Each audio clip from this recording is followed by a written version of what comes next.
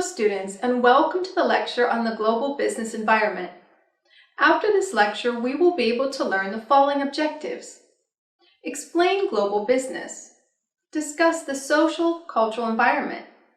Define the natural and demographic environment. Explain the opportunities and threats for SMEs in the global market. Discuss the framework for analyzing the global business environment.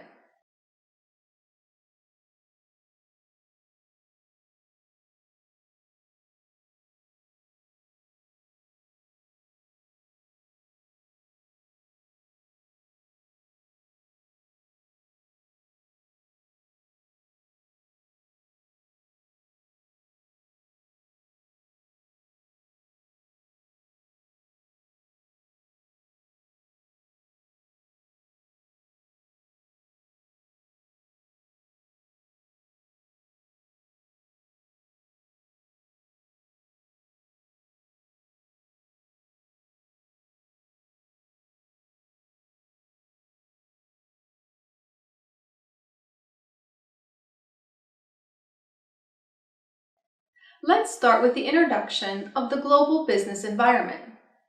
One of the mainly dramatic and important world trends in the past 2 decades has been the fast continued increase of global business. Markets have become really universal for most goods, many services, and particularly for economic instruments of all types. World product trade has expanded by more than 6% a year since 1950. Which is more than 50% faster than increase of output. The most dramatic increase in globalization has occurred in financial markets. In the global market, billions of dollars are transacted each day, of which more than 90% represent financial transactions unrelated to trade or investment. Much of this activity takes place in the so-called Euro markets outside the country whose currency is used. This pervasive growth in market interpenetration makes it increasingly difficult for any country to avoid substantial external impacts on its economy. In particular, massive capital flows can push exchange rates away from levels that accurately reflect competitive relationships among nations. The rapid dissemination rate of new technologies speeds the pace at which countries must adjust to external events. Let us now discuss the definition of global business.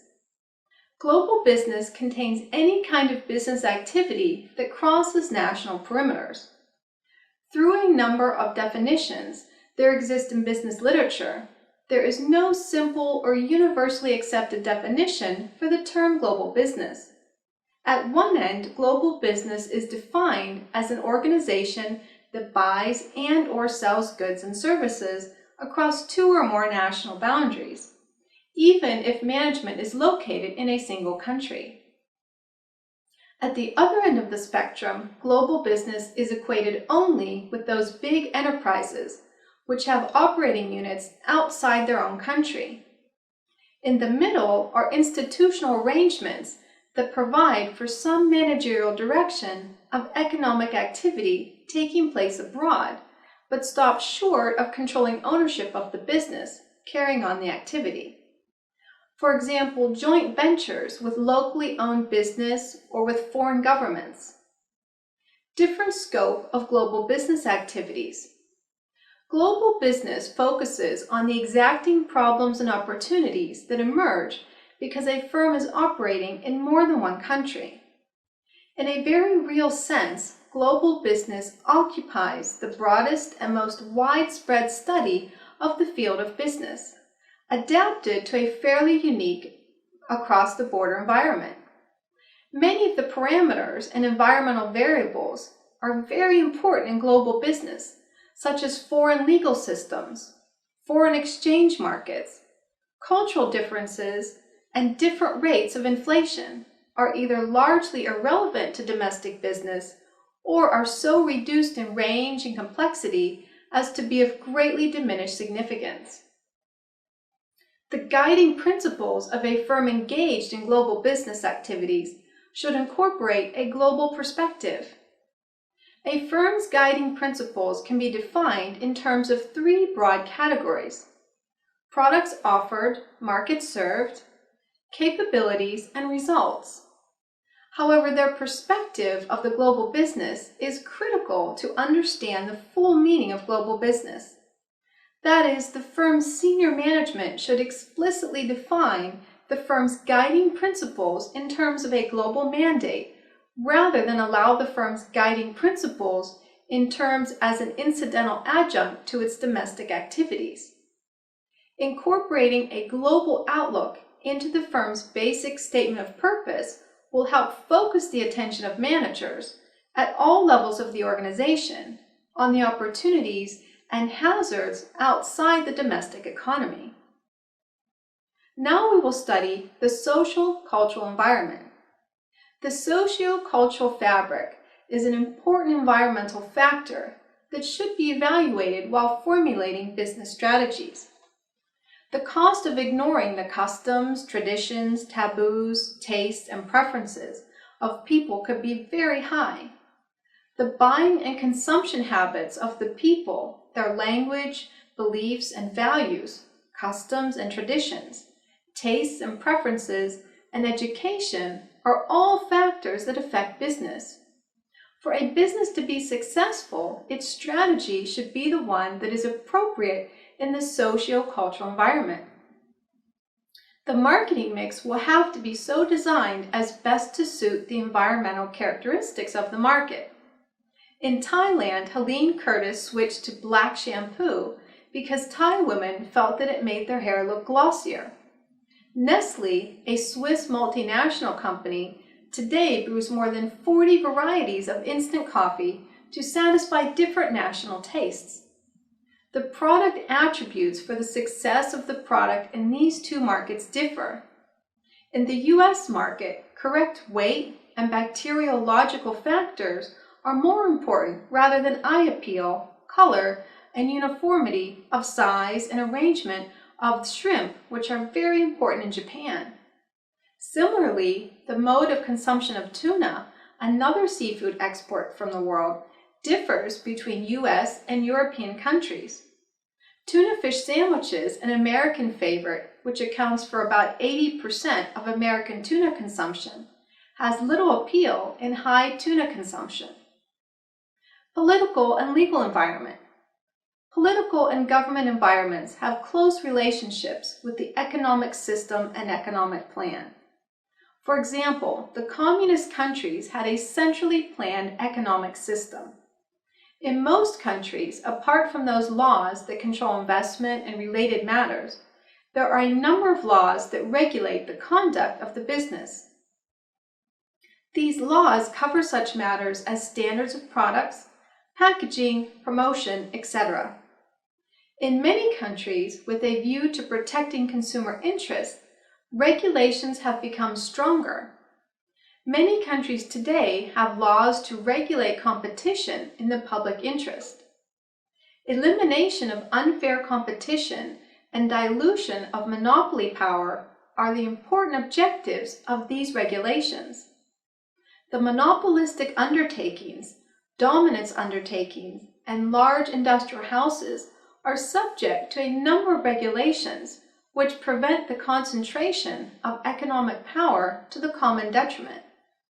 The MRTP Act also controls monopolistic, restrictive, and unfair trade practices, which are prejudicial to public interest. Such regulations brighten the prospects of small and new firms.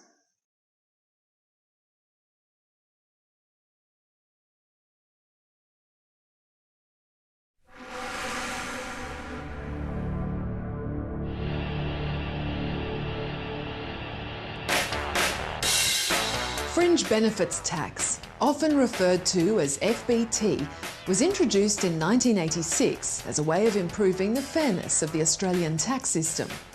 Previously, many people legally avoided tax by packaging their remuneration to include a large proportion of fringe benefits that were not subject to income tax.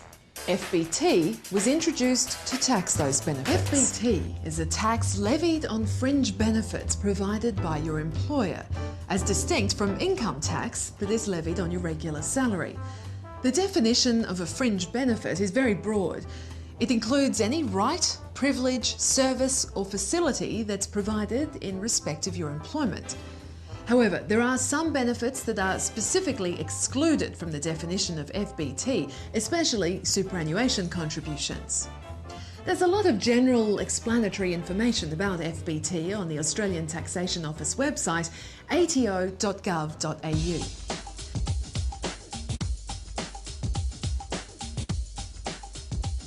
The Australian Consumer Law includes a national product safety regime. It sets out the responsibilities of Commonwealth, state and territory governments, and it deals with the responsibilities of suppliers. This law allows Australian governments to regulate consumer goods and product-related services through a number of initiatives that will ensure product safety. The law describes the responsibilities of suppliers, providing guidance on what to do in situations such as when a ministerial ban is issued, when consumer goods need to be recalled, when an incident needs to be reported, when manufacturers may be liable. As part of the new mandatory reporting requirements, suppliers will be obliged to report consumer goods or product-related services associated with death or serious injury or illness of a person. The new product safety website carries information on the national bans and standards, www.productsafety.gov.au. If this relates to your business, you can sign up for the Twitter feed and get all the product safety updates.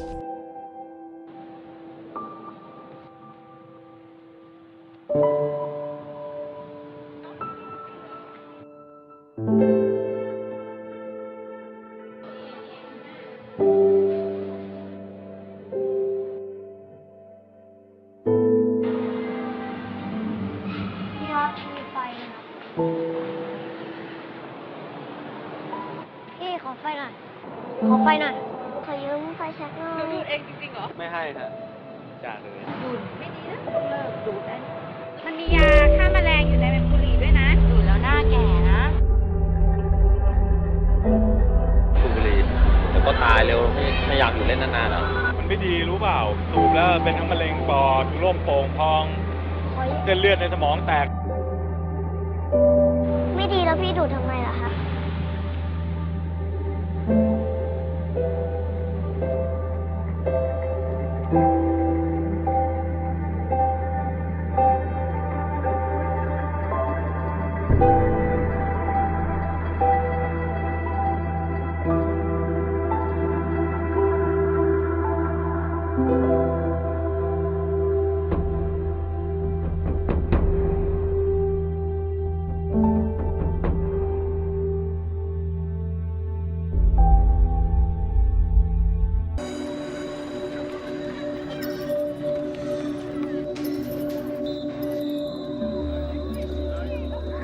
A child only grows up once. Alcohol consumption inhibits that growth. It slows physical and mental development, and that of the brain. Protect your growing. Technological environment. The technological environment is perhaps the most dramatic force now shaping our destiny. A global marketer should very well keep in mind the change taking place in technology and thereby affecting the product. New technologies create new markets and opportunities. However, every new technology replaces an old technology. Photocopying hurt the carbon paper industry. Computers hurt the typewriter industry, and so on. Any global marketer that forgets new technologies sees their business decline. Thus, the marketer should watch the technological environment closely.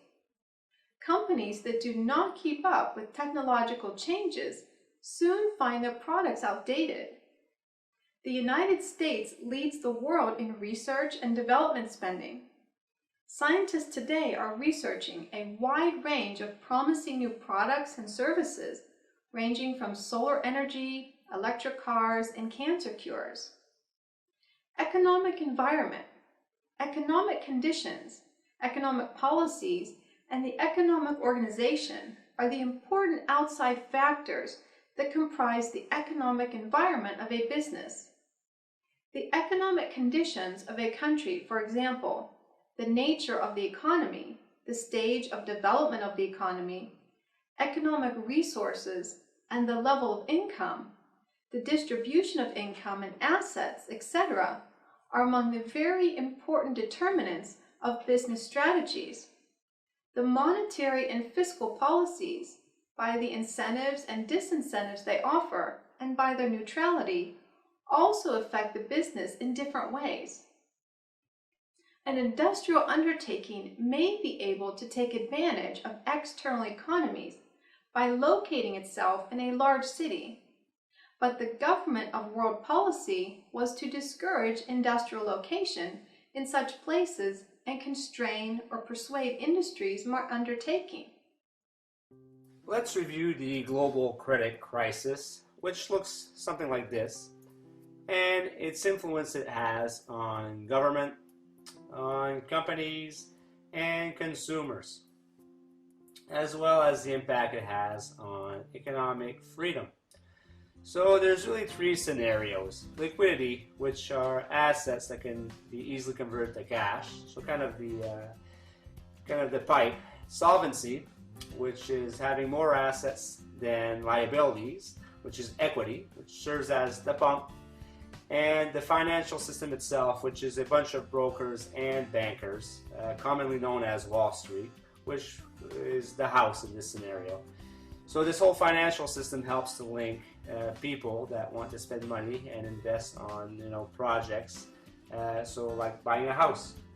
So the crisis comes into play is when these financial systems starts introducing subprime mortgages to folks that can't afford credit, and then there's an impact in the actual flow and with the pumps, which results in a lot of foreclosures and more supply than demand, and things starts to plummet. So the impact it has on the government, you will see them, for example, introduce new policies and implement economic action plans to stimulate the economy. So this could take form into tax breaks or grants to motivate people to spend. Conversely, to get ahead of the curve, they might introduce some rates, spikes in rates to discourage people from borrowing too much money, and encourage people to save and produce and build equity. So that would kind of help prevent some crises. As it relates to the impact on companies, as you might think, that they'll look for ways to save money. So that might take form of looking at the supply chain and looking for ways to outsource to save some cash. You might also see layoffs and mass layoff to save some on overhead. Some companies might decide to close some of their offices and relocate to somewhere a little more favorable, where the economy is a little more green. And in some extreme cases, some companies might have to shut down permanently as they can no longer operate. In regards to the impact and the influence on consumers, as mentioned before, you'll see people start paying their mortgages and foreclosing. As debt continues to mount, they might have to file for bankruptcy as a means to solve their debt issues. Less extreme, they might just stop spending and focus on saving, and by doing so, this will have an impact on the cash flow in the economy, as you'll have less money coming in, obviously by the savings. As it relates to economic freedom, which is basically where people have the right to work, produce, consume, save, invest in the way that they prefer. And some of the dimensions are business, financial freedom, government size, and such. You can see the right hand side. So ultimately what's going to happen, the impact on economic freedom, you'll see unemployment rate go up as companies stop look for ways for downsizing and look for efficiencies. It's going to create some issues with financial prosperity, economic stability, and overall standards of living. So in summary, liquidity, solvency, and the financial system really is in place to help the consumer tie to the investments, to the projects. And if there's issues with this entire system, these three scenarios, everybody's going to feel it. So be it the government, companies, consumers, or in general the economic freedom in that region. Did you know in the 20th century, culture emerged as a central concept in anthropology, encompassing the range of human phenomena that cannot be attributed to genetic inheritance? Let's now talk about the natural and demographic environment. Geographical and ecological factors, such as natural resource endowments, weather and climatic conditions, topographical factors, vocational aspects in the global context, port facilities, etc., are all relevant to business. Geographical conditions between markets may sometimes call for changes in the marketing mix. Geographical and ecological factors also influence the location of certain industries. For example, industries with high material index tend to be located near the raw material sources. Climatic and weather conditions affect the location of certain industries, like the cotton textile industry. Topographical factors may affect the demand pattern. For example, in hilly areas with a difficult terrain, Jeeps may be in greater demand than cars. Ecological factors have recently assumed great importance. Demographic environment. The main demographic force that marketers monitor is population, because people make up markets. Marketers are keenly interested in the size and growth rate of population in cities, regions, and nations. Also, age distribution and ethnic mix, educational levels, household patterns, and regional characteristics and movements. Demographic trends are highly reliable for the short and intermediate run. There is little excuse for a company being suddenly surprised by demographic development.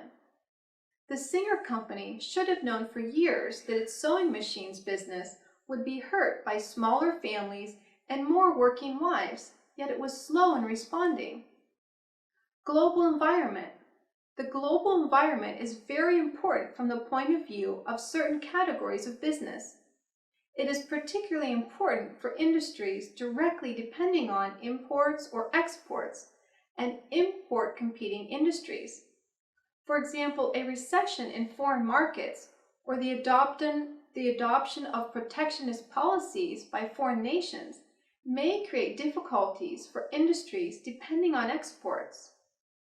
Opportunities and threats for SMEs in global markets. Challenging global markets pose the necessity of coping with both local and global competitors.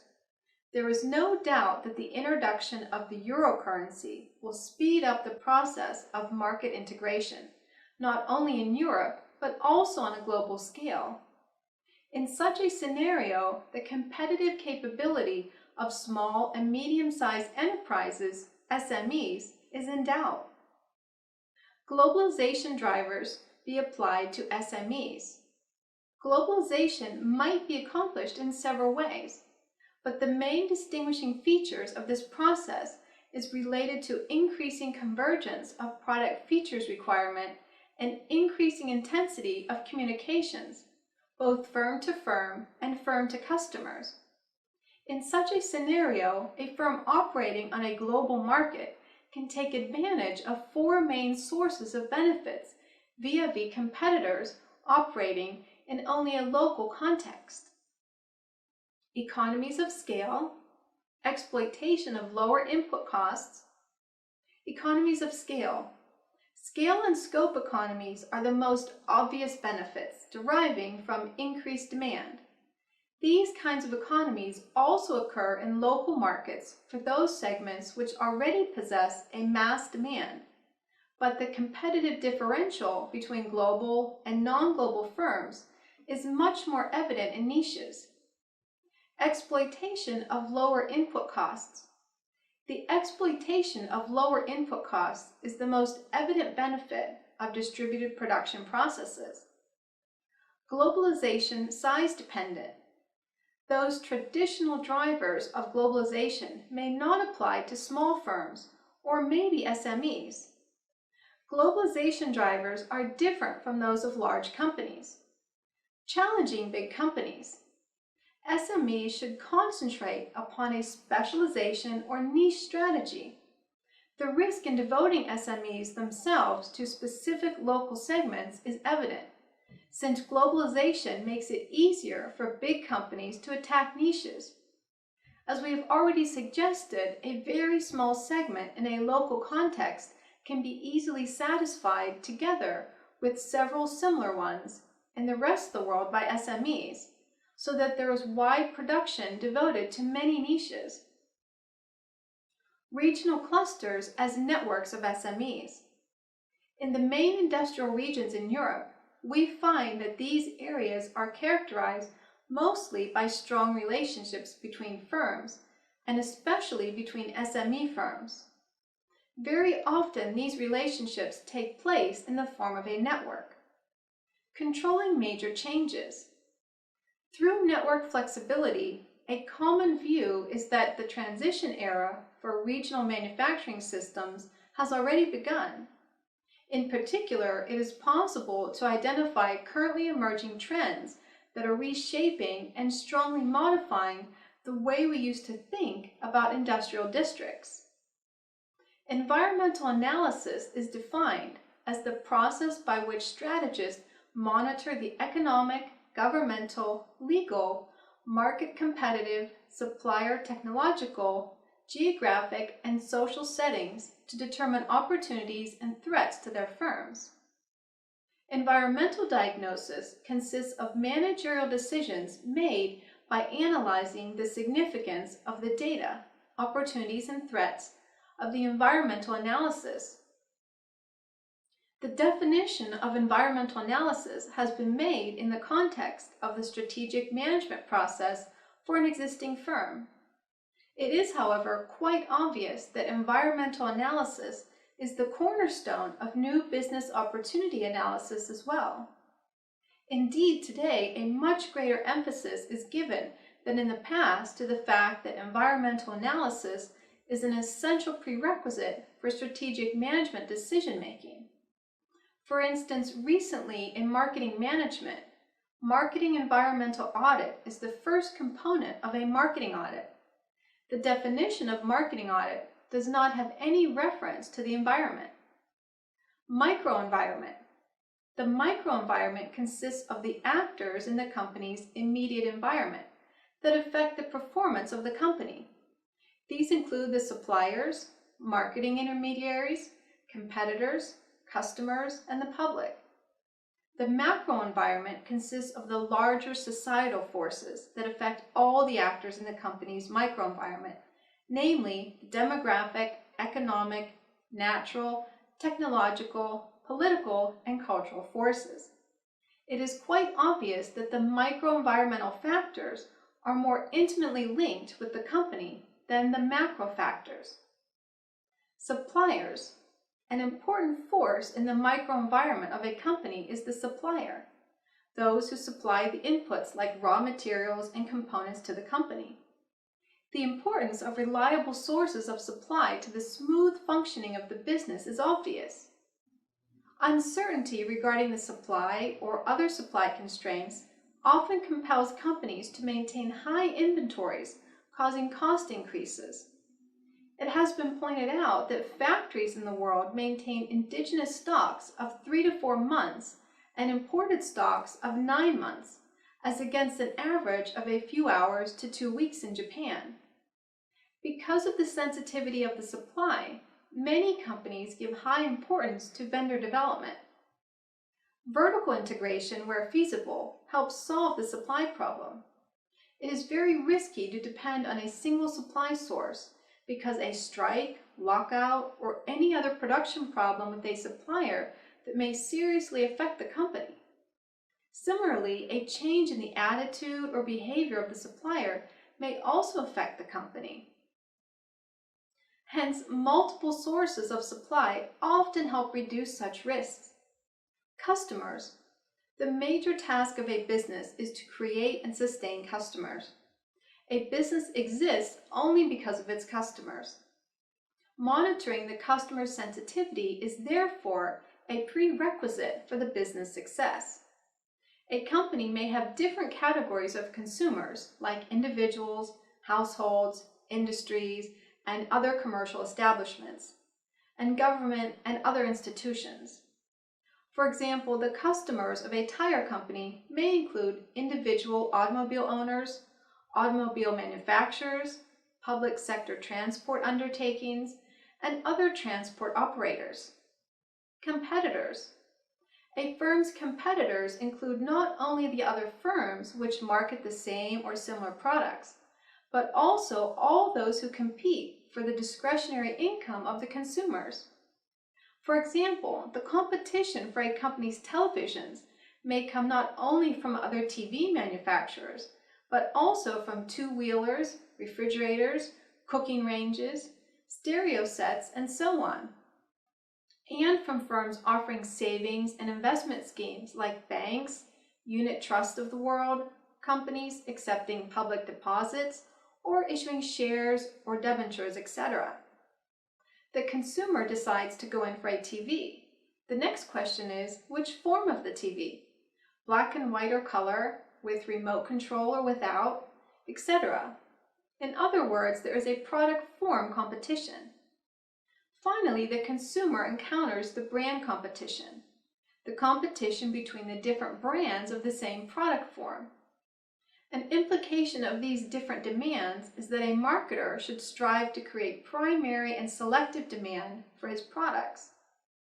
Marketing intermediaries. The immediate environment of a company may consist of a number of marketing intermediaries, which are firms that aid the company in promoting, selling, and distributing its goods to final buyers. Marketing intermediaries are vital links between the company and the final consumers. A dislocation or disturbance of this link, or a wrong choice of the link, may cost the company very heavily. Retail chemists and druggists in the world once decided to boycott the products of a leading company on some issues such as poor retail margin. This move for collective boycott was, however, objected to by the MRTP Commission, but for this, a company would perhaps have been in trouble. Now in the end, let us summarize what we have learned in this lecture. Global business focuses on the particular problems and opportunities that emerge because a firm is operating in more than one country. Global business is defined as organizations that buy and/or sell goods and services across two or more national boundaries, even if management is located in a single country. Political and government environment have a close relationship with the economic system and economic policy. The technological environment is perhaps the most dramatic force now shaping our destiny. Economic conditions, economic policies, and the economic system are the important external factors that constitute the economic environment of a business.